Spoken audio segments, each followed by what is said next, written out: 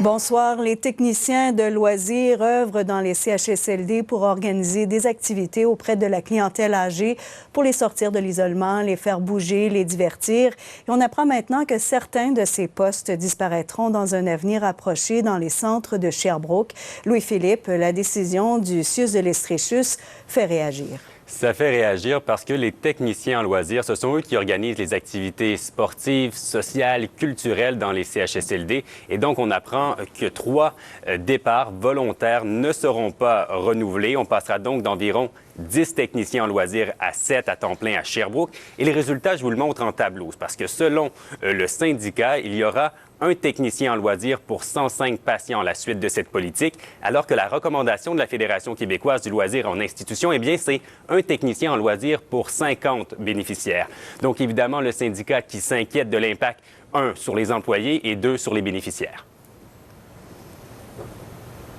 C'est encore des gens qui sont pris entre l'arbre et l'écorce. On a des patients qui réclament des activités X ou Y, mais eux doivent faire le choix de dire, ben non, cette semaine, on vous coupe celle-là, puis la semaine prochaine, on vous coupe cette telle autre activité. Donc, c'est les intervenants en loisirs qui sont toujours pris entre l'arbre et l'écorce, puis ça, on trouve ça vraiment déplorable. On nous dit que dans l'ensemble du Québec, le nombre de techniciens en loisirs est stable. Donc, la situation en Estrie surprend les intervenants du milieu, surtout que des politiques semblables par le passé, oui, avaient eu son lot de conséquences. On a vu aussi, bien entendu, que les activités étaient en diminution importante.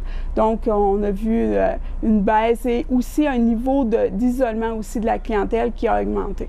Donc, quand on crée une animation, bien, ça rejaillit sur l'ensemble des gens qui gravitent autour du résident. Bon, vous avez appris que ça fait plusieurs mois qu'on s'inquiétait de la situation en Estrie, à Sherbrooke particulièrement. 9 mois plus précisément. Le comité des usagers des CLSC et CHSLD ici à Sherbrooke qui avait fait parvenir une lettre d'inquiétude à la direction du CIUS alors qu'ils avaient constaté que les techniciens en loisirs qui s'absentaient bien n'étaient pas remplacés. Il y a une nouvelle lettre qui a été envoyée cette semaine et c'est à ce moment-là que la directrice générale s'est aperçue de ces coupures de poste, de ces compressions.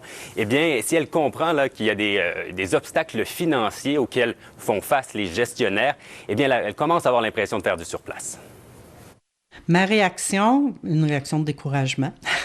Le sentiment de se retrouver dans un labyrinthe, de faire 2 pas en avant, ensuite 3 pas en arrière.